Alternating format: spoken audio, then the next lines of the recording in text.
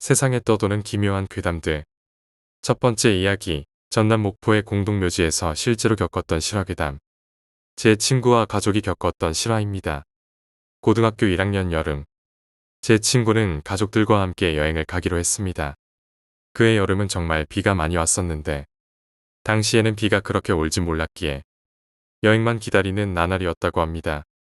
그리고 떠나는 날 15인 승합차에 삼촌이 운전하시고 이모와 조카들 그리고 친구의 가족이 타고 여행을 갔습니다. 그런데 한참을 달리고 있을 무렵 비가 쏟아지기 시작했고 너무나 비가 많이 쏟아져서 더 이상은 갈 수 없다는 생각에 승합차의 방향을 돌리셨습니다. 이미 집에서 한참을 달려왔기에 혹시라도 도로가 침수되어 중간에 갇히는 게 아닌가라는 생각에 삼촌은 지름길인 산길을 택하셨고 어느새 날은 깊어 밤이 되었는데 지름길로 택한 산길은 비가 많이 내려 땅바닥으로부터 수증기가 올라와 마치 공포영화의 한 장면처럼 안개가 자욱했습니다. 비가 많이 내리는 상황에서 어두운 산길을 택한 건 실수였을까요? 아무리 가도 길은 나오지 않고 산속을 계속 빙빙 돌고 있는 것 같았습니다. 그런데 저 멀리서 누군가가 보였습니다. 엄청나게 쏟아지는 빗 속에서 소복을 입은 여자 2명이 뛰어오고 있었습니다. 승합차의 작게 열린 창문 틈으로는 그 여자들의 웃음소리인 듯한 소리가 새어 들어오고 있었고 삼촌께서는 무슨 생각이었는지 그 여자들이 지나갈 때 차를 세우고 집으로 돌아가는 길을 물었습니다. 사실 상식적으로 이해가 되지 않는 분위기의 여자들이었지만 그녀들은 친절하게 돌아가는 길을 설명해 주었습니다. 덧붙여 길이 험하니깐 조심하라는 당부까지 곁들여서 말이죠. 그리곤 삼촌은 여자들이 알려준 길로 한참을 달렸는데 1시간 정도를 달렸을까요? 도착한 곳은 도로가 아닌 공동묘지였습니다.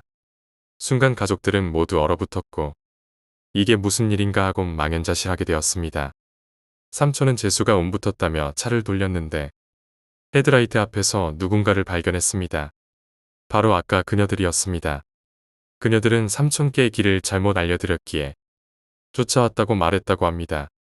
1시간을 달려왔는데 말이죠. 삼촌은 지금 장난하지 말라고 그들에게 화를 내셨다고 하네요. 그녀들은 연신 미안하다고 고개를 굽신거리며 사과를 하며 다시 길을 알려주었습니다. 그리고는 다시 1시간 정도를 달렸는데 도착한 곳은 또다시 공동묘지였습니다. 이윽고 조카들은 울기 시작했고 어른들도 두려움에 몸을 떨기 시작했습니다. 바로 그때 누군가 창문을 두들기는 것이었습니다. 아까 그 여자들이었습니다. 알 수 없는 미소를 띠며 무언가 말하려는 그녀들의 모습에 깜짝 놀란 삼촌은 마구 차를 몰고 가셨다고 합니다. 그리곤 어딘지도 모르는 길을 계속해서 달렸는데 조금 열린 창문의 틈새에서는 아까 들었던 여자들의 웃음소리 비슷한 소리가 그들의 차를 뒤쫓고 있었습니다. 결국 몇 시간이 지나서야 출구를 찾아 산속을 빠져나오게 되었지만 아직도 친구와 그 가족들은 그때의 체험을 잊지 못하고 있다고 합니다. 두 번째 이야기, 버려진 걸 주워오면 안 된다. 초등학교 때의 일로 기억됩니다. 퇴근길에 아버지가 예쁜 공구함 하나를 들고 들어오셨습니다. 아버지가 들고 오신 물건은 한눈에 잘 마른 나무로 곱게 깎인 아주 모양 좋은 나무 공구함이었습니다. 평소에 남이 버린 물건을 주워 쓰는 걸 못마땅해 하시는 성격의 아버지셨지만 새 것과도 같은 그 정갈한 모양새에 마음이 끌리셨던지 선뜻 길에 버려진 걸 주워 오신 겁니다. 집에 있던 때의 저른 공구함에 비해 색깔이고 결이고 나무랄 데 없는 그 작은 상자가 우리도 마음에 들어 동생과 나는 들여다보고 공구를 끌어다 넣어보며 한동안 쓰다듬고 놀았습니다. 그런데 밤에 그렇게 눈을 반짝이며 놀던 동생이 아침부터 식은땀을 흘리며 고열에 시달리기 시작한 겁니다. 병원에 데려가면 열을 내린 뒤 별말 없이 감기약 정도만 쥐어주고 보내고 집에 오면 또 고열에 시달리고 이틀을 그렇게 앓던 동생을 보던 엄마가 고개를 갸우뚱하며 아버지를 쳐다보셨습니다. 그때 엄마는 동생이 뜬금없이 아프기 시작한 날이 바로 아버지가 공구함을 들고 오신 날과 일치하고 있다는 생각을 하신 것이었습니다. 별로 미신을 믿는 편은 아니었지만 믿지는 기분으로 엄마와 아버지는 공구함을 앞마당으로 끌어내려 성냥을 그었습니다. 그때 저도 그리고 우리 집 검둥이도 모두들 그 장면을 지켜봤고 저는 지금도 가끔 그 장면을 떠올립니다. 공구함은 잘 마른 나무답게 불을 지핀 지 얼마 되지 않아 활활 타오르기 시작했습니다. 캠프파이어를 해보신 분들이 계실 테니 장작에 타는 모양새를 잘 아시겠지만 붉은 혀로 묘사될 만큼 불꽃의 색깔은 밝은 오렌지 빛을 띠고 바람을 타고 이리저리 살랑거리는 게 보통의 모습입니다. 그러나 그 작은 나무 상자에서 나오는 불꽃은 지금까지도 본 적이 없는 묘한 모습이었습니다. 불꽃은 섬뜩하리만치 푸른 빛깔을 내며 2층 건물만큼의 높이로 치솟았고 칼 모양의 날카로운 모양으로 바람이 불는데도 전혀 불꽃의 미동이 없이 하늘로만 뾰족하게 치솟고 있었습니다. 게다가 짐승의 소리 같은 알 수 없는 비명음, 평소에 순했던 검둥이가 불꽃을 주시하며 제 뒤에 몸을 숨긴 채 미친 듯이 지저댄 것까지, 그리고 그 공구함을 태운 이후 모든 게 기괴했던 그 순간이 지나고 동생은 정말 거짓말처럼 말짱해졌습니다. 또한 그 일이 있은 후로 저는 길에 버려진 물건은 절대 주워지 않게 되었습니다. 물건뿐만 아니라 알 수 없는 그 무언가가 같이 따라오는 걸 원치 않으니까요. 세 번째 이야기, 떠도는 영혼들. 초등학생 때의 일입니다. 여름방학에 저는 할머니 댁을 다녀오고 있는 중이었습니다. 전 집에 빨리 오고 싶은 마음에 버스터미널에 도착해선 택시 승강장에서 택시를 타려고 했습니다. 이윽고 택시가 도착해서 제가 타려는 순간 앞에서 새하얀 옷을 입은 젊은 어머니와 아들이 뛰어오면서 택시를 타려고 하는 것이었습니다. 하지만 저는 한시라도 집에 빨리 가고 싶은 마음에 재빨리 택시를 타고 출발했습니다. 조금은 미안한 마음이 들어 그 어머니와 아들을 뒷좌석에 바라봤는데 그 모자는 저를 원망하는 눈초리로 택시를 바라보고 있었습니다. 그리고 택시는 4차선에서 3차선으로 차선을 옮기며 속도를 높였고 저는 점점 멀어지는 그 모자에게 시선을 돌리고 길가의 사람들을 바라보고 있었습니다만 저 앞에 택시 승강장에 낯이 익은 사람이 보였습니다. 아까 택시 승강장에서 보았던 어머니와 아들이었습니다. 그 모자는 계속 택시를 세워달라며 손을 흔들고 있었는데 택시가 무시하고 지나치는 순간 손을 멈추면서 제가 탄 택시를 초점 없는 눈으로 계속 바라보는 것이었습니다. 어떻게 순식간에 따라올 수 있었지라며 궁금해하는 동안 어느새 택시는 2차선을 타고 질주하고 있었고 무심코 길가를 바라보았을 때 정말 등골이 오싹하며 놀라고 말았습니다. 아까의 그 어머니와 아들이 길가에서 저를 쳐다보고 있던 것입니다. 다행히도 그 모자는 더 이상 따라오지 않았고 저는 무사히 집에 도착할 수 있었습니다. 그리고 그 일을 잊고 살아가고 있었습니다. 그런데 몇 년 후 괴담집을 보던 중에 다시 그 일을 떠올리게 되었습니다. 그 책에는 제가 겪었던 일이 나와 있었습니다. 하얀 옷을 입은 어머니와 아들이 택시를 따라왔다는 이야기가 말입니다. 그들은 아직도 거리를 헤매고 있던 걸까요? 네 번째 이야기, 친구의 어머니. 지난 여름 방학 때 일입니다. 친한 친구들과 함께 밤늦게 친구네 집에 놀러 가기로 했었습니다. 허나 그 아이네 집에서 제가 제일 멀었고 게다가 늦장을 부리며 천천히 나왔던 터라 시간을 맞추기 위해 지름길로 갈 수밖에 없었습니다. 그런데 그 지름길은 하필이면 동네에서 제일 무섭기로 소문난 뒷골목이었습니다. 도둑 고양이에 쥐도 들끓고 가로등도 중간에 하나밖에 없고 길도 좁아 터진 데다가 살인사건이 일어났었다는 소문도 있는 뒷골목. 저는 망설였지만 시간에 민감한 친구들이라 시간을 맞추기 위해 어쩔 수 없이 뒷골목으로 갔고 무서움에 덜덜 떨며 겨우겨우 가고 있었는데 누군가 제 뒤에서 어깨를 탁하고 치는 것이었습니다. 저는 깜짝 놀라 비명을 지르자 제 친구의 어머니께서 깜짝 놀라 어리벙벙한 표정으로 서 계시는 것이었습니다. 친구 어머니께서는 볼일을 보러 지나가시다가 제가 이 골목으로 들어가는 것을 보고 걱정돼서 따라 들어오셨다는 것입니다. 저는 안심이 돼서 친구 어머니와 이런저런 이야기를 하며 친구들과 만나기로 한 지점 가까이에 왔고 친구 어머니께선 다른 길로 가셨습니다. 안 무섭나요? 나 같으면 늦어도 돌아오겠다. 친구들이 이미 다 모여 있었고 제가 골목길로 나오는 걸 보곤 저렇게 말하는 것이었습니다. 저는 다행히 너희 어머니를 만나서 같이 왔다라고 대답했더니 친구가 말하기를 네 어디 아프나? 우리 엄마 출장 갔다 안 왔나? 그렇습니다. 생각해보니 친구 부모님은 며칠 전부터 두 분 다 출장을 가셔서 집이 비었기에 오늘 만나기로 했던 것이었습니다.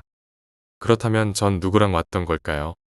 다섯 번째 이야기, 집안의 목소리. 아버지께서 새벽 5시가 넘어서 들어오신다고 해서 집에는 어머니와 남동생, 그리고 저밖에 없었습니다.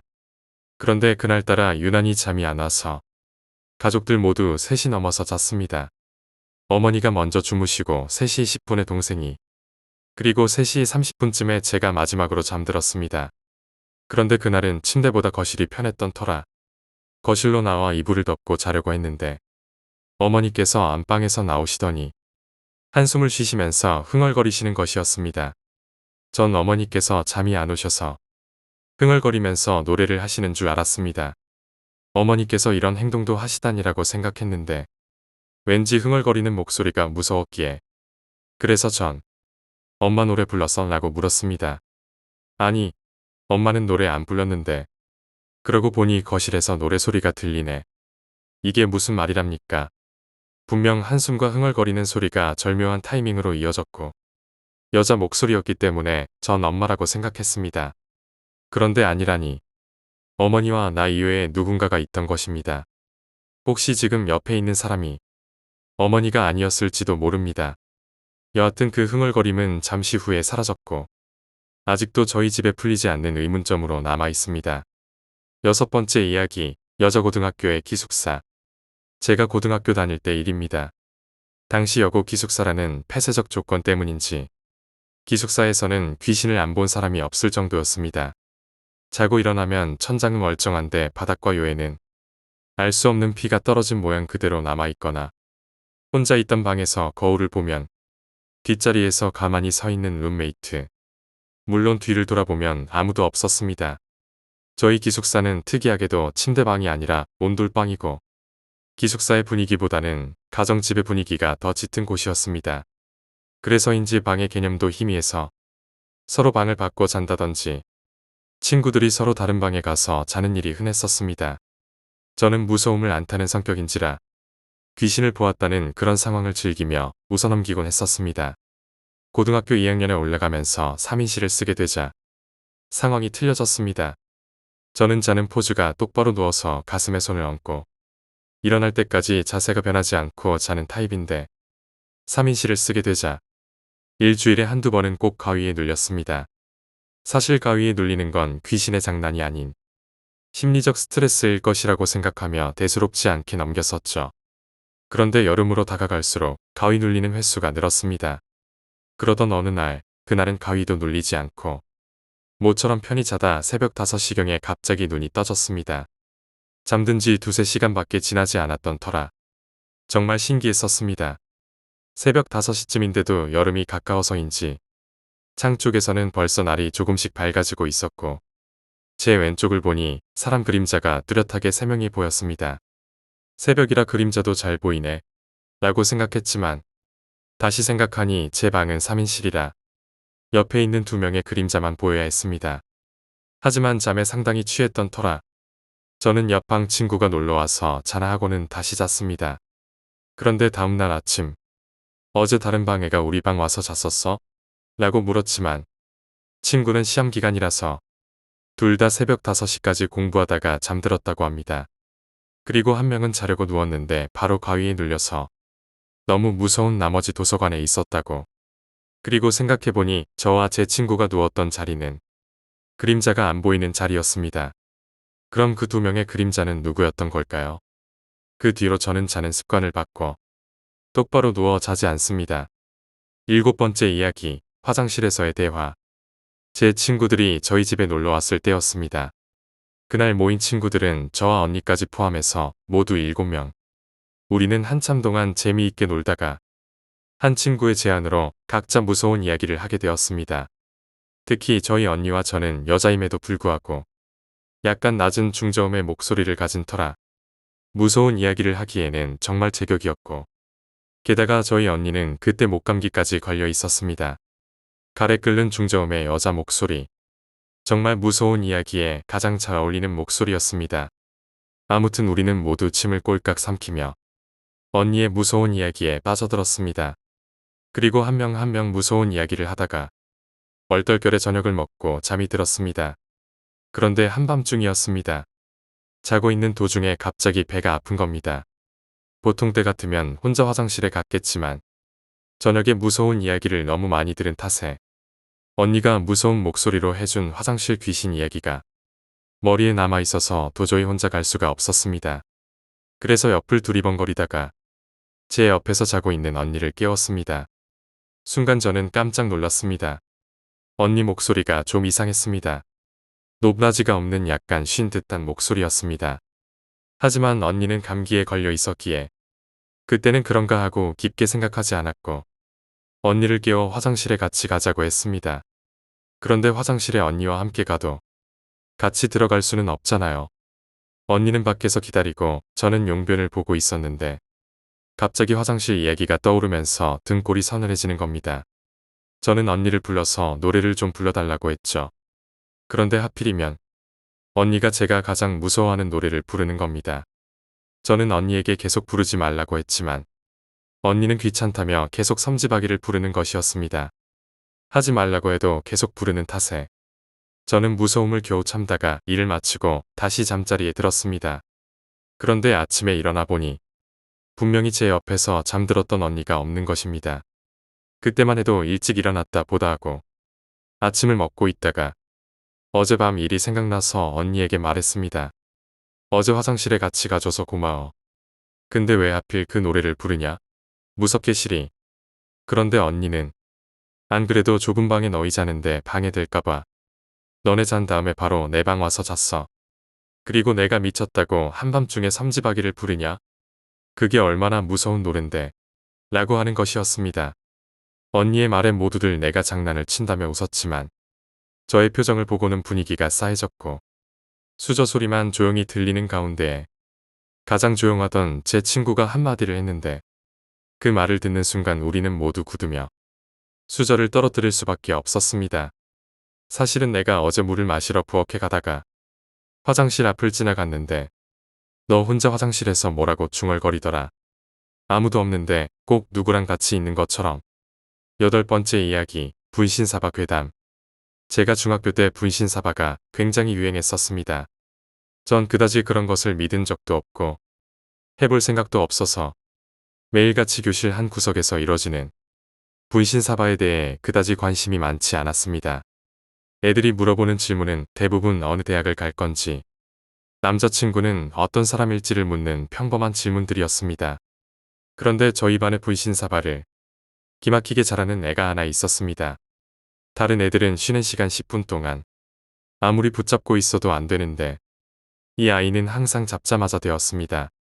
한 번은 방과 후에 몇몇 채들이 마음을 먹고 분신사바를 했는데 물어본 애들의 언니 이름이랑 학교 같은 것을 잘 맞췄습니다. 진짜인가 보다라며 떠드는 애들이 많았었지만 그때까지도 전 그다지 크게 생각하지 않았습니다. 하지만 어느 날의 사건으로 저는 분신사바라는 것이 자의식이 펜을 움직이는 현상이라는 매스컴의 말을 믿지 못하게 되었습니다. 분신사바가 아주 극성을 부리던 어느 날이었는데 어떤 애가 처음으로 도전해 본다며 무지무지 잘하는 애와 함께 손을 붙잡고 주문을 외웠습니다. 그렇게 몇 분이 지나서 응답이 왔고 그다지 기억나지 않는 질문을 하며 쉬는 시간을 보내고 있는데 갑자기 담임 선생님이 들어오시는 것입니다. 당시 저희 학교는 기독교계 학교였기 때문에 분신사바를 금하고 있었고 깜짝 놀란 애들은 각자 자기 자리로 돌아가고 분신사바를 하던 두 아이도 너무 깜짝 놀라 그만 손을 놓아버렸습니다. 그런데 무슨 일이었을까요? 펜이 공중에서 빙글빙글 돌아가고 있었습니다. 아무 것에도 의지하지 않은 채 그렇게 몇 바퀴를 회전하다가 턱하고 쓰러졌습니다. 그것을 두 눈으로 목격하고 나서 저는 너무도 겁을 먹어서 그 이후로 분신사바하는 애들 근처로도 가지 않았습니다. 제가 본 것은 무엇이었을까요? 방송에서 보면 항상 자신의 손이 펜을 움직이는 것이라 하던데 그렇다면 스스로 공중에서 돌던 펜은 무엇이란 말입니까? 이 순간에도 너무도 궁금합니다. 정말 분신사바는 어떤 의식일까요? 9번째 이야기, 옆집의 기묘한 여자. 저희 집은 아버지가 직업 때문에 타지에서 따로 살고 계십니다. 원래 좁은 사택에서 사셨는데 직장에서 마련해준 24평짜리 아파트로 이사를 가셨습니다. 지난주에 가족들 모두 방학을 맞아 아버지 집으로 놀러 갔습니다. 저는 또 다른 지역에서 학교에 다니고 있는 터라 아버지가 집을 옮긴 후로는 처음 방문하는 것이니 나름대로 기대가 컸습니다. 그런데 가는 길이 너무 막혀서 도착하니 늦은 밤이었습니다. 줄고차를 타고 오느라 피곤하고 시장에서 정신없이 엘리베이터를 타고 올라가 어영부영 밥을 먹고 잠을 자려는데 부모님과 동생은 날이 덥다고 모두 거실에서 자겠다고 했습니다. 저는 그렇게 덥지도 않았고 그리 넓지도 않은 거실에서 넷이서부터 자면 더 더울 것 같아 안방에서 혼자 자겠다고 들어갔습니다. 그리고는 이불을 깔고 나서 자려고 누웠는데 벽 너머 옆집에서 여자 둘이 싸우는 소리가 들리는 겁니다. 엄마랑 딸이랑 싸우는 소리 같은데 소리도 지르고 우는 소리도 들렸습니다. 저는 매우 졸린 상황이라 짜증이 났습니다. 무슨 아파트가 이렇게 벽이 얇은지 짜증도 나고 늦은 시간까지 잠도 안 자고 옆집에 다 들리도록 싸워대는 그 여자들도 짜증이 났습니다. 이불을 뒤집었어도 어렴풋이 들려와서 마음 같아서는 옆집에 가서 한 소리 하고 싶은 걸 꾹 참고 잠이 들었습니다. 다음 날 아버지와 같은 지방에 사시는 할머니 댁에 가기 위해 밥을 먹고 집을 나서며 문을 닫으려는 순간 아버지 집의 구조가 제 머릿속에 인식되면서 소름이 끼쳤습니다. 아버지의 집은 복도식 아파트 13층의 제일 끝집이었고 옆집과는 거실이 맞붙어 있는 구조였습니다. 그러니까 안방 벽 너머에는 아무것도 없는 것이었습니다. 10번째 이야기, 어릴 때 극기 훈련. 제가 초등학교 때의 일입니다. 지금은 잘 모르겠지만 제가 다닐 때만 해도 학교에서 극기 훈련을 거의 매년 다녔습니다. 특히 첫날 밤에는 담력 훈련이라고 해서 밤 12시 이후에 혼자 아니면 친구 한 명과 같이 산을 넘어오는 걸 했었죠. 매년 장소를 달리했기 때문에 학생들은 길을 몰랐습니다. 그래서 나무마다 휴지를 묶어 길을 알려주거나 줄을 묶어 안전하게 훈련을 마칠 수 있도록 했습니다. 그리고 혹시 모를 사고를 대비해 선생님들이 귀신 분장을 하고 곳곳에 숨어 학생들을 놀래키거나 길을 알려주기도 했습니다. 이윽고 앞에 몇 팀이 지나가고 드디어 저와 겁이 많았던 친구의 차례가 되었습니다. 선생님의 출발하라는 소리에 산으로 들어갔습니다. 그런데 초반부터 길을 잘못 들어 숨어있던 선생님의 도움으로 다시 방향을 잡고 갔습니다만 맨 처음에만 갈림길이 있었고 그 뒤로는 계속 이어진 길이어서 어려움이 없었습니다. 나무들은 울창했고 휴지로 표시한 것도 없어 바닥이 약간 오른쪽으로 기울어진 길을 줄에 의지해 걷고 있었습니다. 그런데 중간에 줄이 사라져버렸습니다. 어디로 가야 할지 어떻게 해야 할지도 모른 채 친구와 발을 동동 굴렀습니다. 사방이 컴컴해서 한치 앞도 보이지 않았고 길조차 구분이 안 가는 상태였으니 불안과 공포는 커져갔습니다. 이러다 산속에서 조난당하는 거 아니냐는 생각까지 들었죠. 다급한 마음에 도움을 청하기 위해 사방을 둘러보았는데 그러자 조금 앞쪽에 본래대로라면 줄이 있어야 할 곳에 약간 바깥쪽에 희끄무리한 게 보였습니다. 저는 살았다는 안도감과 기쁨에 곧장 달려가 길을 물어보려 했지만 같이 있던 친구가 어딜 가냐며 저를 붙잡았습니다. 그래서 친구와 선생님의 중간쯤에 서서 길을 물어봤습니다. 선생님은 하얀 두건과 흰 소복을 입고 계셨습니다. 두건 때문에 얼굴은 전혀 보이질 않았고 풀에 가려서인지 무릎 아래는 보이지 않았지만 그땐 대수롭지 않게 생각했습니다. 선생님, 이쪽으로 가면 되나요? 큰 소리로 선생님에게 외치자 선생님은 아무 말 없이 그 자리에서 고개만 끄덕였습니다. 그래서 저는 잔뜩 겁을 먹은 친구를 데리고 가까스로 산을 내려올 수 있었습니다. 그런데 산을 다 내려와서 집합 장소로 가는 도중에 친구가 조심스럽게 저에게 물었습니다. 그런데 너 아까 누구한테 길을 물어본 거야? 선생님을 못 봤나? 하고 의아한 느낌이 들었습니다만 어두워서 친구가 선생님을 못 봤나 보다 하고 대수롭지 않게 넘어갔습니다. 하지만 다음 날에야 알게 된 것이었지만 저와 친구가 갔던 길은 다른 애들이 갔던 길과는 조금 다른 길이었습니다. 말 그대로 길을 잃었던 것이었습니다. 그리고 저희가 잘못 들은 길의 오른쪽은 산사태로 깎여 내려가 거의 절벽과 마찬가지였다고 합니다. 그리고 집안이 이렇게 땅이 오른쪽으로 기울어 자칫하면 사고가 날 수도 있는 길이라 막아놨던 길이라고 했습니다. 당연히 선생님이 계실 리가 없던 겁니다. 도대체 막아놨던 길을 어떻게 들어갔던 건지도 의문이지만 거기서 있던 사람은 누구였는지 아직도 궁금합니다. 게다가 그때 친구가 멀리 가지 말라는 말을 듣지 않고 선생님께 가까이 갔었다면 어떻게 됐을까 하고 생각하기도 합니다.